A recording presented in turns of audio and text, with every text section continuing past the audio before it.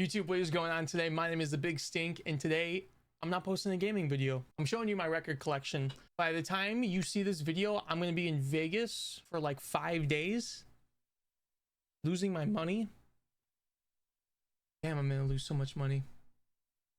Nonetheless,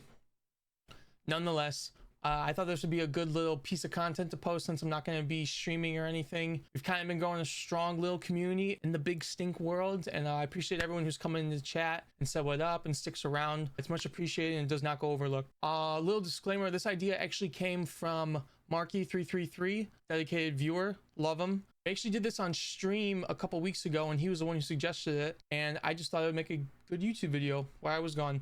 So we're doing it. So as you can see, everything is spread out on my bed back there. It's all spread out, and I think I'm just gonna pick them up one by one and bring them over. I don't know if I'm gonna show all of them. I'm mostly gonna show like albums that kind of like shaped me and my love for music. I love gaming, I love streaming, but as you can see from the guitars on the wall, I am big music guy, like big music guy. Also a little disclaimer for anyone who knows this record collection is mostly going to be for my pop punk and emo fans. That's what we're dealing with here, but nonetheless, I hope you like it. I'm gonna grab one.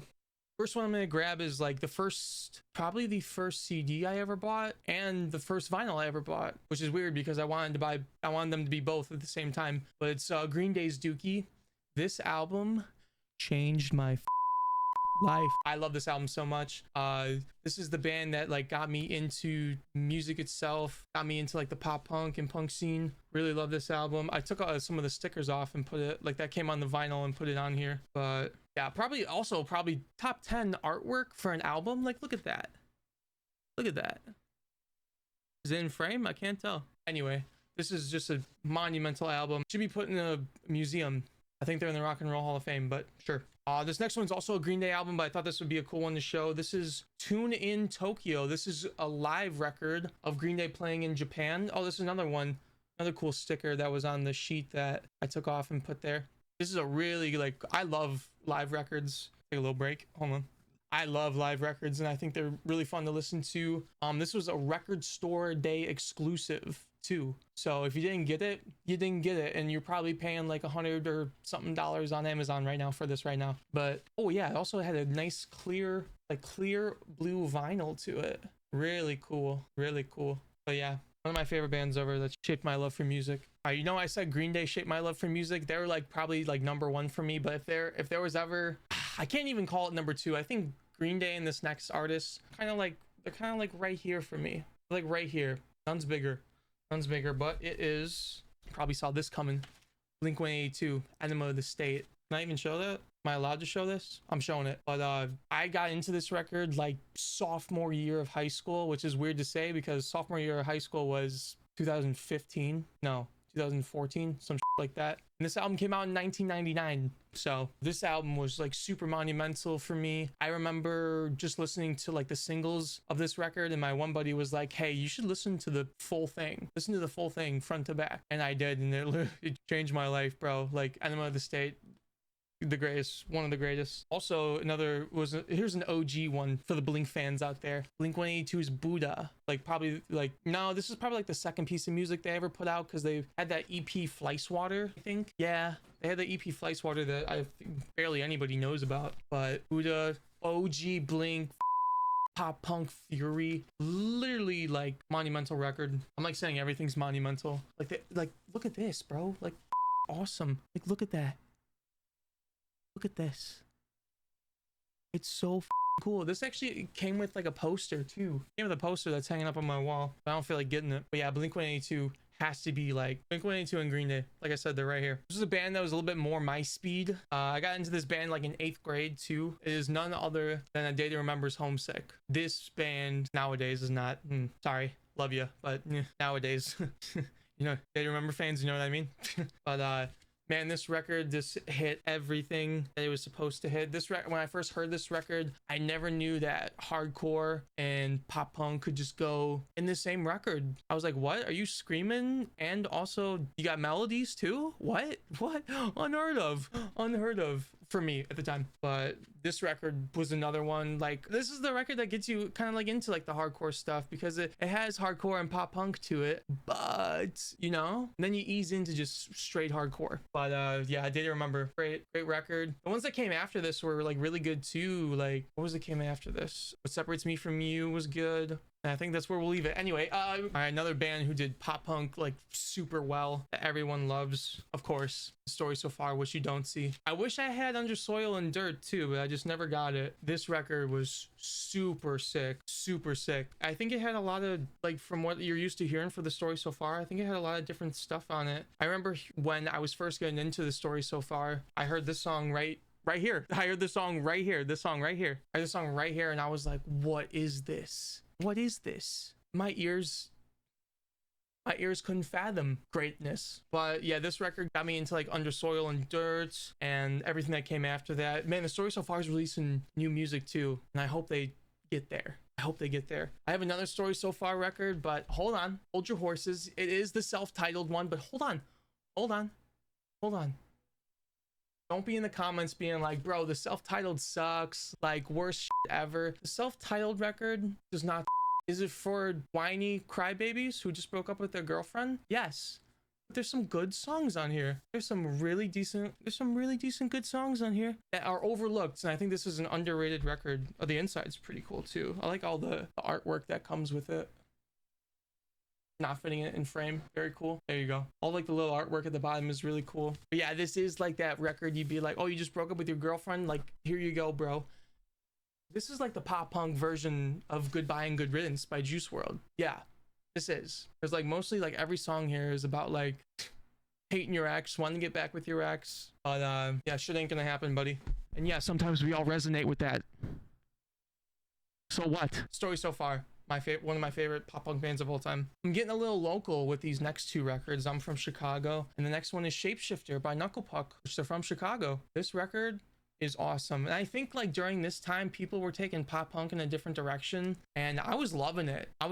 Like, everyone's just like not playing an upbeat anymore. The guitars aren't super fast. They can be if they wanted to, but everyone kind of like on this record, like they really pick and choose their moments of what to do, and this record was amazing. Shapeshifter by Knucklepuck. I remember I've seen this band live like 7 times, probably 7 or 8 times. What else can I say about this record? It's good. No, but yeah, I think this record was a step in like the right direction for where maybe the pop punk genre was going. And yeah, the next one's not another Knucklepuck record. It's another Chicago boy record. We have Real Friends, Everyone That Dragged You Here. Man, do we miss Dan. I'm just kidding. That new dude Cody, he's cool.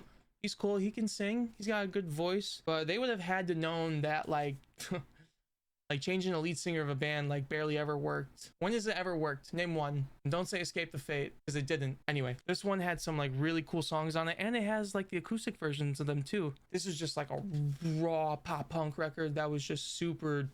I think this was the record that like kind of like blew them up a little bit, if I'm not mistaken. I love this record. I remember hearing the song Floorboards for the first time. That's a thing about me. Like, I hear like the first song on an album. If it's not good, I don't listen to the rest of it. I don't care if the rest of the album's a 10 out of 10 banger. The first song's not. I have a thing with like first songs on records, but this is awesome. I thought it was a lot cooler just because both these bands are from around the same area that I'm from, and yeah, I resonated a lot with these records. All right, we're kind of taking a step in a different direction here. Right here, we have John Mayer's Continuum. John Mayer's Continuum. Step away from the pop punk stuff, but hey man, I'm a guitar player. I appreciate good guitar playing. I think he wrote good songs and he plays good. This record really is like for guitar players though. Like the other stuff is kind of a little like poppy. It's still good, but like this is like the guitar player record, and it's got a Jimi Hendrix cover on here. Like, come on. Like, you tell me you didn't want to learn the guitar solo to Slow Dancing in a Burning Room? Like, come on, where my guitar players at? Like, this is just a great record, even though he was kind of a piece of shit during this time, from what I heard, from what I've read. Anyway, we're separating the art from the artist. Wait, the art from the artist. Yes, this record is really cool. My cousin Liz introduced me to this band. What am I talking about? I'm gonna redo that. My cousin Liz introduced me to him way back in like 2009 when I was like 11 years old. Could barely play guitar. Was not good at playing guitar. But this was like, oh man, look how young that bro looks. But yeah, these are two, like not two. This is a record that really shaped, like this is the record that made me want to be a better guitar player. I wanted to be a better guitar player after this. I was like, it's time to stop playing power chords. It's time to stop playing power chords. It's time to learn where to play, when to play. And yeah, John Mayer's Continuum. Great one. This next one I actually have like 3 records for. All the same band. 1975, Being Funny in a Foreign Language. Oh. A Brief Inquiry into Online Relationships, and the self-titled. I wish I had I Like It When You Sleep. That's a good one. Like these ones are like, this band's so good. My ex-girlfriend got me into this band, and at least one good thing came out of that relationship. Anyway, these records are awesome. Their first record is more like, I guess it's, you can't call it rock. Not really. I can't believe I just said that actually. Ugh. But got a little bit more guitar. And I'd like that on these one. Actually, this one had a lot of guitar on it. I think guitar playing on this one's pretty cool. It's subtle. The guitar playing on their latest one, Being Funny in a Foreign Language, is like, it's so subtle. Like if you really, a guitar player will hear it. That made me sound like such a momo. Anyway, and then A Brief Inquiry, it's definitely more of an electronic record, I would say. It's got some good ones that have decent like guitar riffs to it. Like It's Not Living If It's Not With You has an acoustic song on it. But yeah, I'm mostly just going through bands that kind of like I love, that kind of like just keep my love for music going. You know what I'm saying? All right, I figured I'd do this one just because I don't want to make this video long as but another thing that really kind of shaped my music were the Descendants. Love this band. Milo Goes to College. It's funny because you get into bands like Green Day and Blink. I'll use them as an example just for this. And your influences influence you. You know what I'm saying? I had like a choice at the time to get this record or I Don't Want to Grow Up. And I chose this one just because, I don't know. I think this one's better than I Don't Want to Grow Up. As tough in the Descendants fan base as that is to say, that's how I feel. It's how I feel. And it was also kind of the first record I ever heard by them. Man, by the first like 30 seconds of My Age, like that bass riff into the guitar playing the same riff is just super cool. Descendants, amazing band. And yeah, so that was my record collection. That's like 70% of it. I can't fit it all just in this video, else this video would be just too long. But I stream here right on my YouTube channel. Just hit subscribe. If you want to come debate records with me, hopefully of the pop punk and emo genre, but you know, if you want to come and debate records in my chat, I'm live at 6 p.m. Central when I can go live. I still have a full-time job. We are not doing this full-time, but hopefully one day we will. With your support we will. And yeah, thank you for watching.